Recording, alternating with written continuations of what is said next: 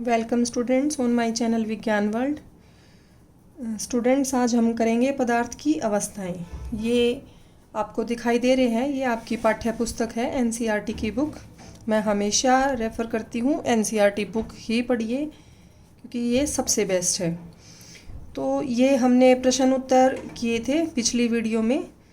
तो उसके बाद अगला टॉपिक आता है पदार्थ की अवस्थाएं। तो जैसा कि स्टूडेंट्स मैंने आपको बताया था पिछली वीडियो में, पदार्थ क्या होता है? जो वस्तु स्थान घेरती है और जिसका आयतन द्रव्यमान होता है, वो क्या कहलाता है? पदार्थ। तो पदार्थ की 3 अवस्थाएं होती हैं स्टूडेंट्स। कौन कौन सी? ठोस, द्रव और गैस। 3 अवस्थाएं होती हैं। तो इन 3 के बारे में हम अध्ययन करेंगे। तो सबसे पहली अवस्था कौन सी है? ठोस अवस्था। तो देखिए, सबसे पहले एक क्रियाकलाप दिया हुआ है, बहुत ही आसान सा क्रियाकलाप है।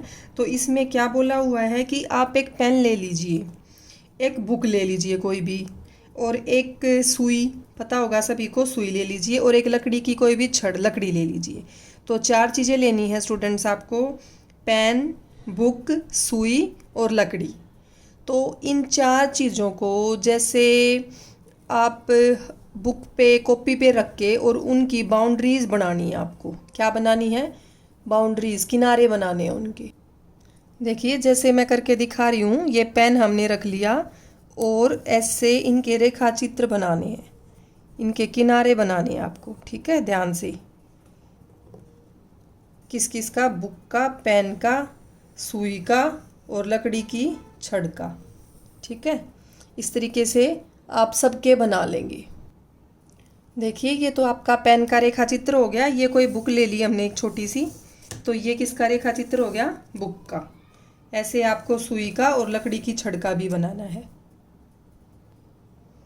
तो इसमें आपको देखना है कि इन सब का, ये बुक का रेखा चित्र हो गया, हमने किनारे आकार बनाया इसका, ये हो गया पेन का। तो क्या पता चलता है इसमें कि जो इनकी सीमाएं हैं, क्या है? सीमाएं बिल्कुल साफ साफ हैं, क्लियर हैं सीमाएं। बाउंड्रीज इनकी अच्छे से पता चल रही है कि यहाँ पेन था, यहाँ थी आपकी बुक। अब देखिए, इन्होंने क्या पूछा हुआ है कि क्या इन सभी का निश्चित आकार होता है? बिल्कुल होता है स्टूडेंट्स, निश्चित आकार। अभी मैंने दिखाया आपको, स्पष्ट सीमाएं भी होती हैं और स्थिर आयतन भी होता है। ठीक है, फिर आगे ये कह रहे हैं कि इन पर हथौड़ा मारने से, खींचने से और गिराने से क्या होता है? कि पेंसिल है, बुक है, खींच दिया फट जाएगी, हथौड़ा मारेंगे टूट जाएंगे, गिराने से ये सारे नष्ट हो जाते हैं, टूट जाते हैं। ठीक है, तो इस प्रश्न का उत्तर हो गया कि खींचने, गिराने या मारने से सारे टूट जाएंगे, और निश्चित आकार, स्पष्ट सीमा, स्थिर आयतन होता है इन सभी का। अगला प्रश्न है इसमें कि क्या इनका एक दूसरे में विसरण संभव है? स्टूडेंट्स, मैंने आपको बताया था विसरण क्या होता है। किसी भी पदार्थ के कणों का ज़्यादा सांद्रता से कम सांद्रता की ओर जाना विसरण कहलाता है। तो इनका एक दूसरे में विसरण नहीं हो पाएगा। ठीक है, नहीं होता विसरण, क्योंकि इनके कण आपस में पास पास होते हैं। अगला है, बल लगाकर इनको संपीड़ित करने का प्रयास करें। क्या इनका संपीड़न होता है? संपीड़ित होता है स्टूडेंट्स कि किसी चीज़ को दबा देना, जो चीज़ दब जाए और थोड़ी जगह में सीमित रह जाए। ठीक है, किसी चीज़ को दबा के, जैसे स्पंज होती है, स्पंज को दबा के हम छोटा सा बना देते हैं इस तरीके से। लेकिन क्या ये जो पेंसिल थी और बुक थी आपकी, लकड़ी थी, इन सभी को संपीड़ित करना, दबाया जा सकता है?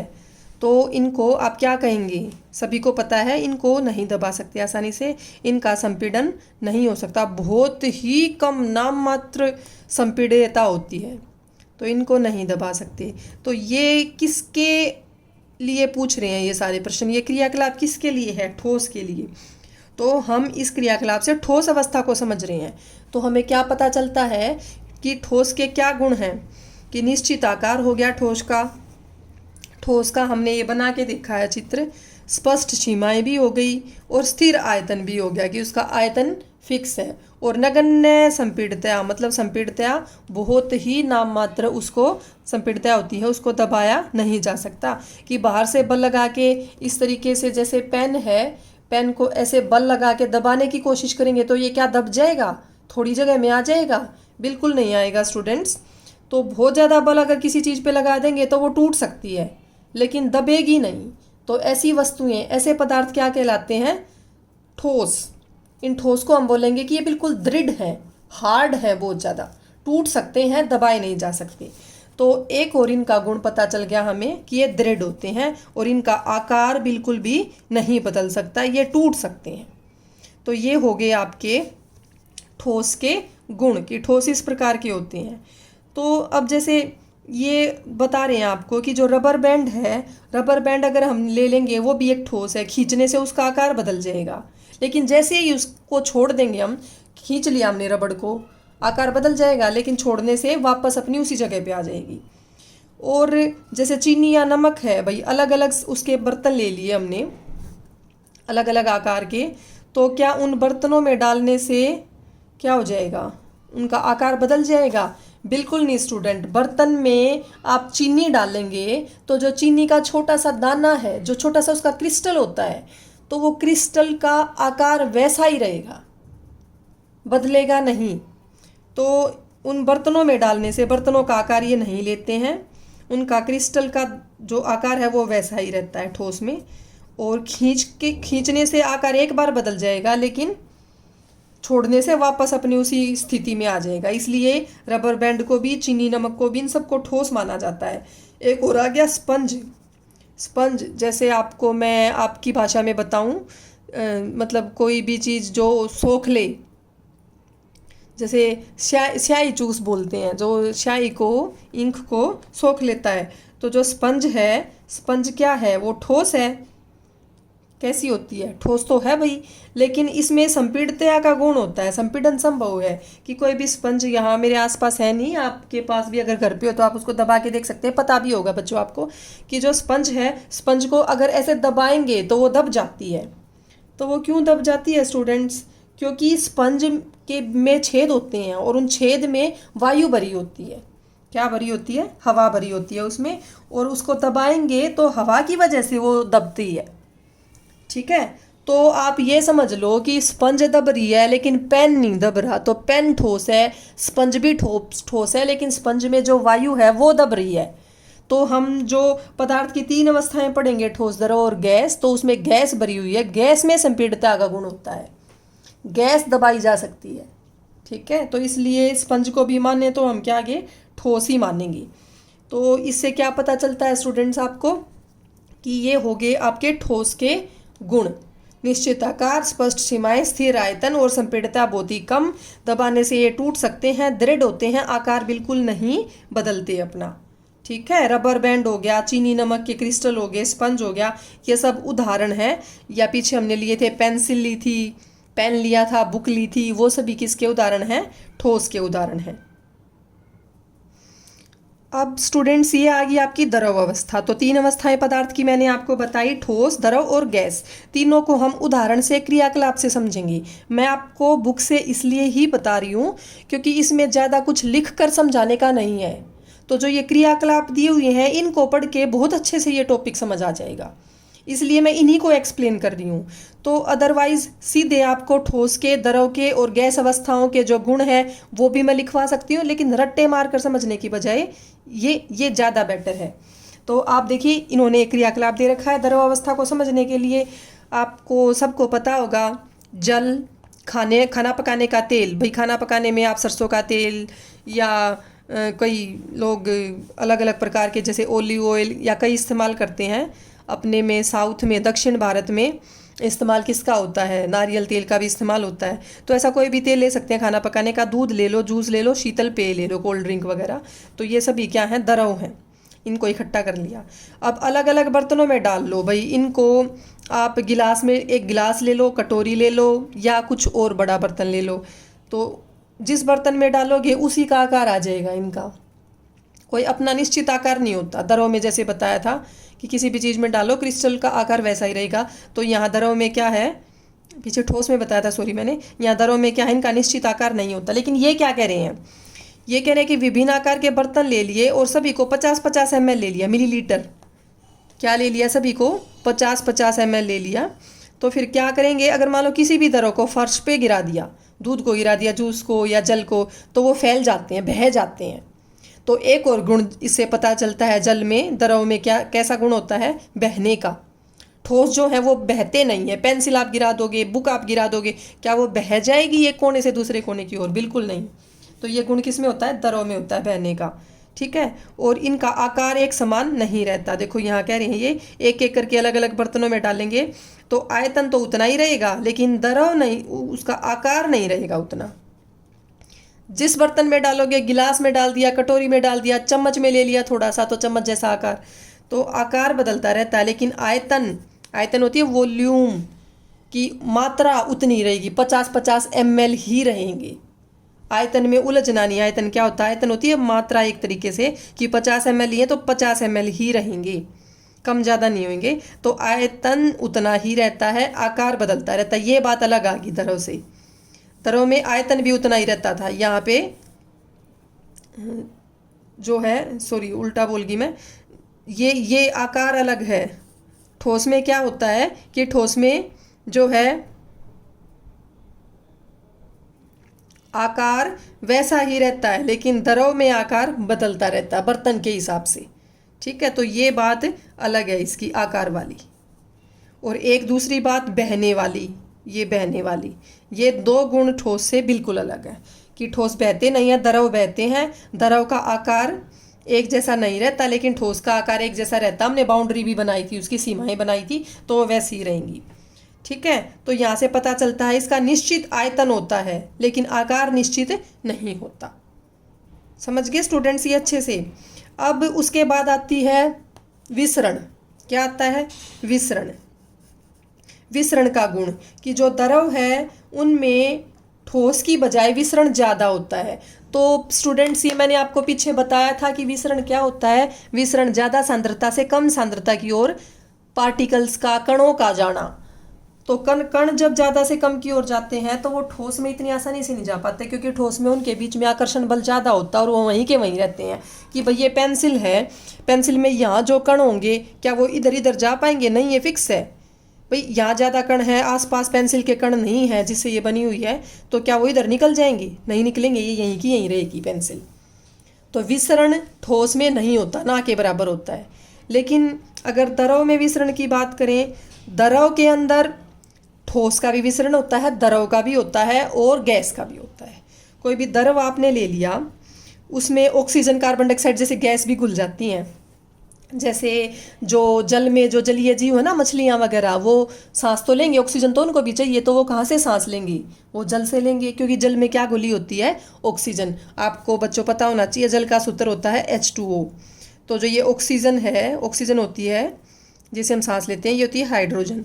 तो ये जल में घुली हुई है। तो जल के अंदर गैसों का विसरण भी होता है, गैसें घुलती हैं उसके अंदर। किसी जल में किसी द्रव में दूसरा द्रव भी घुल सकता है। भाई पानी में दूध मिला दिया तो द्रव में द्रव का विसरण भी होता है, द्रव में गैस का विसरण भी होता है, और द्रव में ठोस का विसरण भी होता है। कि भाई पानी में चीनी नमक घोल रहे हो आप, चीनी और नमक ठोस है और पानी क्या है? द्रव है। तो उस द्रव में ठोस भी घुलता है और द्रव भी घुलता है और द्रव में गैस भी घुलती हैं। घुलना मतलब वो विसरण हो रहा है उनका, तो इसमें सभी का विसरण हो सकता है। ठीक है, ऐसा क्यों है?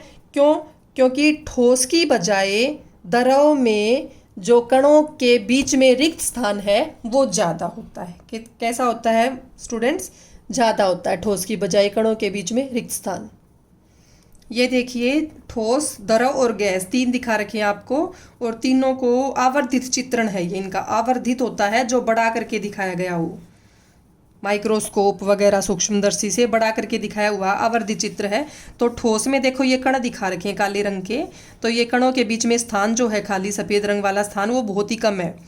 द्रव में ये स्थान थोड़ा ज़्यादा है और गैस में तो बहुत ज़्यादा है। इसलिए संपीड़ितता इनमें सबसे ज़्यादा होती है, दबा सकते हैं इनको आसानी से। ठीक है, गुब्बारे के अंदर अब आए तो गुब्बारे को दबाया जा सकता है, लेकिन गुब्बारे के अंदर आप पानी भरोगे, द्रव भरोगे, तो उसको उतना आप नहीं दबा पाएंगे। ठीक है, तो ठोस में सबसे कम होती है संपीड़ितता, द्रव में ज़्यादा, गैस में सबसे ज़्यादा, क्योंकि इनके बीच में रिक्त स्थान सबसे ज़्यादा होता है। इसी वजह से जो द्रव में रिक्त स्थान ठोस की बजाय ज़्यादा है, तो विसरण भी ठोस में सबसे कम, द्रव में उससे ज़्यादा और गैस में सबसे ज़्यादा। क्योंकि विसरण क्या होता है? ज़्यादा से कम की ओर जाना, और कोई भी कण जाएंगे तब जब उनको जगह मिलेगी, और जगह सबसे ज़्यादा किस में है? खाली गैस में। दूसरे नंबर पे द्रव में, सबसे कम ठोस में। तो विसरण इसमें ज़्यादा, संपीड़ितता सबसे इसमें ज़्यादा। ठीक है। और रिक्त स्थान सबसे इसी में ज़्यादा, और रिक्त स्थान ज़्यादा है, विसरण ज़्यादा है, तो आप ये कहेंगे गतिज ऊर्जा भी इसके कणों की सबसे ज़्यादा होगी, क्योंकि जगह मिल रही है। गतिज ऊर्जा है तभी विसरण है, क्योंकि गतिज ऊर्जा जितनी ज़्यादा गति करेंगे कण उतना जल्दी विसरण होगा। तो गतिज ऊर्जा भी ज़्यादा, विसरण भी ज़्यादा, संपीड़ितता भी ज़्यादा और रिक्त स्थान भी ज़्यादा। इनमें सारी चीज़ें सबसे कम है और इनमें सारी चीज़ें सबके बीच की हैं। तो ये हो गया आपके ठोस, तरल और गैस। कई चीज़ों की तुलना की जा सकती है, आप कर सकते हो इस चित्र को देख के। उसके बाद हमारी रहेगी गैसीय अवस्था। 2 अवस्थाएं हम पढ़ चुके हैं। ये देखिए स्टूडेंट्स, ये गैसीय अवस्था का क्रियाकलाप दे रखा है आपको। तो इसमें क्या कह रहे हैं, ये सिरिंज देखो, आपने देखी होंगी डॉक्टर के पास सिरिंज जो लेते हैं वो 100 ml की 3 सिरिंज ले ली। कितनी ले रहे हैं ये, कि हम 3 सिरिंज लेंगे और उनके सिरे पे रबड़ का कोर्क लगा दिया, गुटका, रबड़ का गुटका जो होता है वो लगा दिया, फिट कर दिया, ताकि इधर से कोई गैस वैस अंदर कोई भी चीज़ हम भरें तो वो ना निकले। अब 3 सिरिंजों में, जैसे इन्होंने एक दिखा रखी है चित्र में, 3 सिरिंजों में 3 चीज़ें भरेंगे। एक में तो गैस, हवा कह सकते हैं, हवा भरेंगे, दूसरी में जल भरेंगे और तीसरी में चौक के टुकड़े भरेंगे। ठीक है। ऊपर ये पिस्टन होता है। पिस्टन का क्या काम होता है कि इसको ऐसे दबाया जा सकता है। जैसे ये सिरिंज के अंदर यूँ पिस्टन यूँ चला जाएगा अंदर, ऊपर से दबाएंगे तो ऐसे इसको दबाया जा सकता है यूँ। तो ये कह रहे हैं कि पिस्टन के आगे सिरे पे थोड़ी सी वैसलीन लगा दो ताकि वो आसानी से चला जाए और कोई दिक्कत ना आए। तो यहाँ पे जो 3 सिरिंज ले ली, एक में हवा, एक में जल और तीसरे में चौक के टुकड़े भर दिए। अब आप ये वैसे भी सोच के देखो, करके भी देख सकते हो कि तीनों में से पिचकारी ले लो आप घर पे, उसी जैसा सा कुछ है। पिचकारी के आगे बस लगा देना, जैसे उसको बंद कर देना आगे किसी भी चीज़ से। ठीक है। फिर उसमें जल भर लो, हवा भर लो, एक में खाली छोड़ दो, मतलब हवा अपने आप ही है उसमें, और एक में आप कोई भी ठोस भर सकते हैं, चौक के टुकड़े की जगह कुछ और भी ले सकते हैं। ठीक है। तो इनको, पिस्टन को आप आगे सरका के देखो तो सबसे ज़्यादा आसानी से किस में पिस्टन आगे की ओर जाएगा, हवा वाले में जाएगा, दूसरे नंबर पे जल वाले में, और चौक के टुकड़े में तो बिल्कुल ही नहीं जाएगा, वहीं का वहीं रहेगा। क्यों? क्योंकि संपीड़ितता सबसे कम होती है, दबाया नहीं जा सकता चौक के टुकड़े को, क्योंकि वो एक ठोस है। गैस क्या है, इसको सबसे ज़्यादा दबाया जा सकता है क्योंकि इसमें सबसे ज़्यादा संपीड़ितता का गुण है। क्यों होती है संपीड़ितता, अभी मैंने आपको बताया, इनके बीच में, कणों के बीच में गैस के रिक्त स्थान सबसे ज़्यादा होता है। ठीक है। तो ये था गैसीय अवस्था का क्रियाकलाप, जिससे आपको पता चलता है कि गैस कैसी होती हैं, उनके पास क्या गुण हैं। तो आप स्टूडेंट्स ये ध्यान रखना, जैसे हमने पीछे बताया था, गैसों का ना तो आयतन निश्चित होता है और ना ही आकार। जिस बर्तन में डालोगे वैसा ही आकार ले लेंगी गैस, और ना इनका आयतन निश्चित होता। ठीक है। और ये बहती हैं, बहुत ज़्यादा बहती हैं ये एक जगह से, जैसे दराव तो बहेंगे ऊंचाई से नीचे की ओर, भाई पानी बह रहा है ऊपर से नीचे की ओर आता है, लेकिन गैस किसी भी दिशा में बहती हैं, नीचे से ऊपर भी जाती हैं। ठीक है। जैसे आपने धुआं देखा होगा, धुआं निकलता है कहीं से भी चिमनी से, तो वो नीचे से ऊपर की ओर जाता है, हमेशा ऊपर की ओर वो चीज़ जाती है जो हल्की होती है। तो ये था हमारा गैसीय अवस्था। तो ये देखिए, ये उदाहरण दे रहे हैं आपको एलपीजी और सीएनजी का। एलपीजी आपको सबको पता होगी, हमारे जो गैस के सिलेंडर हैं जहाँ जिससे हम खाना पकाते हैं, ईंधन के रूप में इस्तेमाल करते हैं, वो एलपीजी होती है, लिक्विफाइड पेट्रोलियम गैस। क्या होती है? Liquefied petroleum gas. जैसे इन्होंने ये दे रखी है, इसकी फुल फॉर्म द्रवीकृत पेट्रोलियम गैस। और सीएनजी होती है संपीड़ित प्राकृतिक गैस। संपीड़ित मतलब इसको दबा के थोड़ी जगह में सीमित किया हुआ है। सीएनजी की किट लगती है, सीएनजी के सिलेंडर रखते हैं व्हीकल में, पेट्रोल डीजल की जगह ना बहुत सारी गाड़ियाँ सीएनजी से जो चलती हैं, तो वो संपीड़ित प्राकृतिक गैस है। वैसे बच्चों ये ध्यान रखना, ये आपको वैसे बड़ी क्लासेज में आ जाएगा। सीएनजी में होती है मीथेन, इसमें प्रोपेन ब्यूटेन होते हैं। सीएनजी होती है मीथेन, प्राकृतिक गैस जिसे बोलते हैं। ठीक है। तो ये संपीड़ित होती है। तो ये बस ये इसका उदाहरण दे दिया कि गैस को संपीड़ित करके सिलेंडरों में भी भर सकते हैं। जैसे आपने अस्पतालों में देखा होगा, किसी को सांस लेने में ज़्यादा दिक्कत हो जाए तो ऑक्सीजन लगाते हैं उसे। ऑक्सीजन जो है वहाँ पे ऑक्सीजन के सिलेंडर होते हैं, सिलेंडर में ऑक्सीजन भरी होती है। तो देखो गैस, बहुत ज़्यादा गैस को संपीड़ित करके दबा के और एक सिलेंडर के अंदर सीमित कर दिया, तो संपीड़ितता का गुण होता है इसमें। ठीक है। उसके बाद आते हैं आपके ये प्रश्न उत्तर। उससे पहले एक और इन्होंने दे रखा है कि गैसीय अवस्था में जो कणों की गति है वो बहुत तेज होती है, इस वजह से गैस को जिस भी बर्तन में डालेंगे उसकी दीवारों से टकराती रहती है। ठीक है। गैस कणों द्वारा प्रति इकाई क्षेत्र पर लगे बल के कारण, कि प्रति इकाई, जैसे बर्तन है, प्रति इकाई क्षेत्रफल पे जो गैस के कण दबाव लगाते हैं यहाँ पे, तो उस वजह से ये बर्तन पर क्या बनाती है, दबाव बनाती है, इस तरीके से दबाव लगाने से। उसके बाद प्रश्न करेंगे हम। पहला प्रश्न है, किसी तत्व के द्रव्यमान प्रति इकाई आयतन को घनत्व कहते हैं। एक स्टूडेंट्स जो है ये है, एक देखिए स्टूडेंट्स, ये आप प्रश्न उत्तर से पहले एक बार आप इसको देख लिए, अच्छे से टॉपिक समझ आ जाएगा। ठोस, तरल और गैस में तीनों की तुलना कर रखी है, तीनों में अंतर बता रखा है। ठीक है, तो ये आपका प्रश्न आ जाता है, कई बार बड़ा भी आ जाता है 5 नंबर में, सीधा ठोस, द्रव, गैस की मतलब उनमें अंतर लिखिए या उनकी तुलना कीजिए, जिस भी तरीके से आए। तो ये 7 पॉइंट बना रखे हैं, तो ये आप ज़रूर अपनी कॉपी में भी नोट डाउन कर लीजिएगा और इनको ज़रूर अच्छे से याद भी कर लीजिएगा। तो जैसा कि मैं वैसे तो आपको सारे समझा चुकी हूँ, लेकिन एक बार फटाफट देख लेते हैं जल्दी जल्दी। जैसे सबसे पहले जो आकार है, आकार में मैंने बताया था कि ठोस का निश्चित आकार होता है। कैसा होता है, निश्चित, सीमाएं भी स्पष्ट होती हैं। द्रव में क्या है, निश्चित आकार नहीं होता, और गैस में भी नहीं होता निश्चित आकार। बर्तनों का आकार ले लेते हैं ये दोनों, इसमें होता है ये, ठोस में है ये वाला पॉइंट। फिर है संपीड़ता, दबाने वाला गुण। दबाने वाला गुण मैंने बताया था सबसे ज़्यादा गैस में, उससे कम इसमें, और सबसे कम इसमें। नगण्य संपीड़ता बहुत ही कम होती है। दृढ़ता, ये होते हैं कठोर, दृढ़, और ये दृढ़ नहीं, तरल होते हैं, ये बह जाते हैं। ठीक है, ये गैसीय होते हैं जैसा कि आपको पता है। विसरण की बात करें, विसरण भी मैंने बताया था सबसे ज़्यादा इनमें होता है, उससे कम इनमें, और उससे कम इनमें। क्यों होता है विसरण, क्योंकि कणों की स्थिति इनकी ज़्यादा है, इनके बीच में रिक्त स्थान ज़्यादा, रिक्त स्थान बहुत अधिक होता है, इनके बीच में पर्याप्त काम, मतलब थोड़ा सा कम रिक्त स्थान है, इससे इनके कण बहुत पास पास होते हैं। इसी वजह से विसरण भी इसमें ज़्यादा है, इसमें कम है, इसमें और कम है। कणों के बीच में आकर्षण बल की बात करें तो ठोस में सबसे ज़्यादा होता है, द्रव में अपेक्षाकृत कमजोर आकर्षण बल होता है, और यहाँ पे बल, आकर्षण बल न के बराबर होता है। बहाव का मैंने बताया था, ठोस कभी नहीं बहते, ये उच्च से निम्न तल की ओर बहते हैं, और ये सभी दिशाओं में, नीचे से ऊपर की भी ओर बहते हैं। तो आप इस तरीके से भी इसको लिख सकते हैं, एक पूरी टेबल बना के।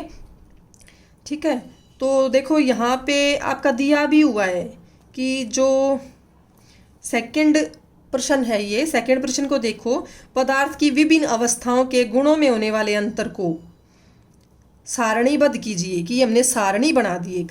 ये सेकंड का जो ए पार्ट है उसमें आप ये लिख भी सकते हैं।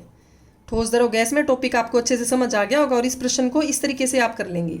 ये बड़े प्रश्न में आ जाता है, सारणी बना दी ठोस, द्रव और गैस के गुणों की अंतर को समझने के लिए। ठीक है स्टूडेंट्स, उसके बाद आपका आता है ये, किसी तत्व के द्रव्यमान प्रति इकाई आयतन को घनत्व कहते हैं। घनत्व क्या होता है, द्रव्यमान प्रति इकाई आयतन, द्रव्यमान बटे आयतन। तो इसमें क्या है कि वैसे आप यूँ समझ लो, घनत्व होती है जो जितना घना है, ठीक है, कितना द्रव्यमान कितनी जगह में सीमित है, इस तरीके से आप कहेंगे ज़्यादा घनत्व। ठोस जो है उनका ज़्यादा घनत्व होता है, जैसे पेंसिल है कि इसका जो है ज़्यादा द्रव्यमान, ज़्यादा मात्रा, ज़्यादा इसकी जो द्रव्यमान है वो थोड़ी जगह में सीमित है। किस में सीमित है ये, थोड़ी जगह में। आयतन, द्रव्यमान बटे आयतन, वो होता है घनत्व। तो इनको बढ़ते हुए घनत्व के क्रम में व्यवस्थित करना है। तो घनत्व की बात करें तो घनत्व भी बना सकते हैं आप, एक पॉइंट यहाँ पे कि आप जो है घनत्व भी लिख दें। तो घनत्व सबसे ज़्यादा होता है ठोस का, द्रव का उससे कम, और गैस का सबसे कम होता है घनत्व। एक 8वां पॉइंट भी बना सकते हैं घनत्व का आप।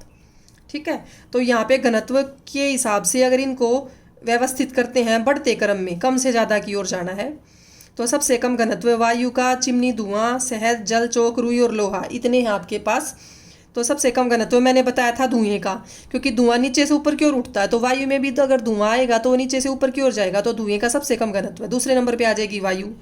फिर इनमें से अगर देखें फिर रुई आ जाएगी, क्योंकि रुई में भी क्या भरी होती है, हवा भरी होती है, रिक्त स्थानों में हल्की भी है वो बहुत। तो सबसे पहले चिमनी का धुआं, फिर वायु में ज़्यादा घनत्व है, उससे ज़्यादा है रुई में, और रुई के बाद करें तो जल आ जाएगा, जल में ज़्यादा होगा, क्योंकि शहद तो बहुत भारी होता है ना, बहाव भी कम होता है इसमें। जल के बाद आ जाएगा शहद में ज़्यादा घनत्व है, और शहद के बाद आ जाएगा चौक में ज़्यादा है, और चौक के बाद आ जाएगा सबसे ज़्यादा घनत्व लोहे में है। ठीक है स्टूडेंट्स, ये समझ आ गया आपको। उसके बाद है सेकंड का बी पार्ट है, निम्नलिखित पर टिप्पणी कीजिए। दृढ़ता मैंने आपको बताया था, दृढ़ता ठोस में होती है, कठोरता, कि बाहर से बल लगाने पर भी जिस चीज़ का आकार ना बदले उसे कहेंगे कि वो दृढ़ है। ठीक है, तो द्रव नहीं होते दृढ़ इन्हें, और ना ही गैस होती इन्हें दबाया जा सकता है, लेकिन ठोस होती हैं दृढ़, उनका गुण है ये। संपीड़ितता मैंने आपको बताया, संपीड़ितता क्या होता है, जितना जैसे आयतन से संबंध होता है इसका, जिसका आयतन फिक्स होगा, स्थिर होगा आयतन, तो उसकी संपीड़ितता बहुत कम होती है, क्योंकि जैसे ठोस का आयतन होता है फिक्स, एक जैसा आयतन रहता है इसका, तो इसकी संपीड़ितता बहुत कम है, कम दबाया जा सकता है इसको। गैसों में सबसे ज़्यादा होती है। तरलता मैंने बताया बहना ठोस का गुण है, ये सॉरी इसका द्रव और गैस का गुण है। अभी मैंने बताया था द्रव उच्च से निम्न की ओर बहेंगे और गैस किसी भी दिशा में बहती हैं। बर्तन में गैस का भरना, ये भी आपको समझा चुकी हूँ कि किसी गैस में रिक्त स्थान ज़्यादा होते हैं गैस के कणों के बीच में, तो इस वजह से उनमें क्या होता है, बहुत ज़्यादा संपीड़ितता होती है, उनको दबा सकते हैं और किसी भी बर्तन के, किसी भी आकार के बर्तन में उसको भर सकते हैं। ठीक है, फिर आकार तो पता ही है आपको, ठोस द्रव गैस का कैसा कैसा होता है। गतिज ऊर्जा बता चुकी हूँ मैं और घनत्व बता चुकी हूँ। तो इन सभी को एक्सप्लेन करना, आपको विवरण देना इन सब का। ठीक है, उसके बाद आता है कारण बताएं। पहला प्रश्न है जैसे गैस पूरी तरह उस बर्तन को भर देती है जिसमें इसे रखते हैं। क्यों भर देती है? क्योंकि गैस में संपीड़ितता बहुत कम है और जितना बर्तन का साइज होगा उस पूरे में फैल जाएगी। क्यों फैल जाएगी? क्योंकि रिक्त स्थान ज़्यादा है, गतिज ऊर्जा ज़्यादा है, फैलती है, वो पूरे में सेट हो जाएगी। जिस आकार का बर्तन लेंगे, सिलेंडर छोटा लेंगे छोटे में आ जाएगी, बड़ा सिलेंडर लेंगे बड़े में आ जाएगी गैस, उतनी ही गैस। ठीक है, क्योंकि गतिज ऊर्जा कणों में ज़्यादा होती है। अब गैस बर्तन की दीवारों पर दबाव डालती है। ये स्टूडेंट्स मैंने अभी ऊपर बताया था यहाँ कि प्रति इकाई क्षेत्रफल पर जो दबाव लगता है किसी बर्तन में, गैस के कण दबाव बनाते हैं, उस वजह से वो दबाव डालती है। लकड़ी की मेज़ ठोस कहलाती है, तो मेज़ तो ठोस ही होती है। आप कारण बता दें, क्योंकि कणों के बीच में आकर्षण बल ज़्यादा है, रिक्त स्थान बहुत कम है। ठोस वाले गुण गिनवा दें, वही इसका आंसर हो जाएगा। हवा में हम आसानी से अपना हाथ चला सकते हैं, लेकिन एक ठोस लकड़ी के टुकड़े में हाथ चलाने के लिए हमें कराटे में दक्ष होना पड़ेगा। भाई देखो, जैसे ये आसपास, मेरे आसपास यहाँ हवा है, तो मैं यूँ हवा में हाथ चला सकती हूँ आराम से। क्यों? क्योंकि रिक्त स्थान ज़्यादा है, खाली जगह ज़्यादा है इसमें। लेकिन ठोस में, अब मान लो मैं इसको इस पे मारने लगूँ इस तरीके से, तो इसमें हाथ नहीं चला सकती, मेरे ही हाथ में दर्द होगा, चोट लग जाएगी। लेकिन जो कराटेबाज होते हैं, कराटेबाज तो मार देते हैं ना कराटे, लकड़ी को भी तोड़ देते हैं, ईंट भी तोड़ के दिखा देते हैं, देखी होंगी आपने। तो उसके लिए तो वो तो प्रैक्टिस है, प्रैक्टिस से तो पॉसिबल है, लेकिन हम ठोस में वैसे हाथ नहीं चला सकते। ठीक है, तो उसके बाद आपका बस ये एक प्रश्न रह गया, इसको भी देख लीजिए। सामान्यतः ठोस पदार्थों की अपेक्षा द्रवों का घनत्व कम होता है, लेकिन आपके बर्फ के टुकड़े को जल में तैरते देखा होगा। अब पता लगाइए कि वो कैसे तैर पाता है। तो ये आपका आखिरी प्रश्न है स्टूडेंट्स। तो आपने देखा होगा कि जो है बर्फ ठोस है, तो मैंने आपको बताया ठोसों का घनत्व सबसे ज़्यादा है और द्रव का घनत्व उससे कम है। तो जो जिस चीज़ का ज़्यादा घनत्व होगा वो तो भारी है, वो नीचे बैठ जाएगी, तो बर्फ़ को नीचे सेट हो जाना चाहिए था, डूब जाना चाहिए था पानी में, लेकिन वो तैरती है। ऐसा क्यों होता है? क्योंकि आपने देखा होगा कि द्रव की बजाय ना बर्फ़ जो है, पानी की बजाय बर्फ़ जो है ज़्यादा स्थान घेरती है। ज़्यादा स्थान कोई भी चीज़ घेरेगी मतलब उसके बीच में रिक्त स्थान ज़्यादा है। ठीक है, अब गैस ज़्यादा स्थान घेर रही है तो रिक्त स्थान ज़्यादा है। और तो देखा होगा आपने कि अगर उसको बर्फ़ अगर आप जमा रहे हो, तो बर्फ़ को आप किसी बंद बोतल में जमा दीजिए, तो वो बोतल थोड़ी सी फूल जाएगी। ठीक है, गिलास में, कटोरी में आप बर्फ़ जमा रहे हो, हल्की सी ऊपर मिलेगी, ऊपर की ओर उसका लेवल। क्यों? क्योंकि उसका जो है आकार है वो ज़्यादा होता है। ठीक है, तो इस वजह से जो बर्फ़ के जो कण हैं उसमें पानी के, और एक और उन कणों के बीच में ना हाइड्रोजन बॉन्ड होते हैं। स्टूडेंट्स ये आप आगे बड़ी क्लासेस में पढ़ेंगे अच्छे से, तो समझ तभी आएगा। तो उस बॉन्ड की वजह से पार्टिकल्स जो कण हैं द्रव के, उन द्रव के कणों के बीच में ज़्यादा स्थान आ जाता है। मैं बोल रही हूँ, बर्फ़ के कणों के बीच में ज़्यादा स्थान आ जाता है पानी की तुलना में। इस वजह से ज़्यादा स्थान होने की वजह से वो हल्की हो जाती है और पानी के ऊपर तैरती है। तो बच्चों ये हो गया आपके 4 प्रश्न। इनको अच्छे से समझकर अपनी कॉपी में भी नोट डाउन कीजिएगा, क्योंकि ज़्यादातर एग्जाम्स में एनसीईआरटी के क्वेश्चन भी आते हैं, इनका पूरा रोल है। तो स्टूडेंट्स आज का टॉपिक काफ़ी इंपॉर्टेंट था। वैसे देखने में बहुत ही सिंपल और आसान है, ठोस द्रव और गैस सबको पता है क्या होती हैं, लेकिन ये काफ़ी इंपॉर्टेंट है। और आप एनसीईआरटी की एक एक लाइन मैंने इसी वजह से कवर करवाई है क्रियाकलाप के साथ, ताकि आपको बहुत अच्छे से समझ आए। ओके स्टूडेंट्स, अगर आपको मेरी ये वीडियो अच्छी लगी हो तो प्लीज़ इसे शेयर सब्सक्राइब ज़रूर करें। Okay, thank you.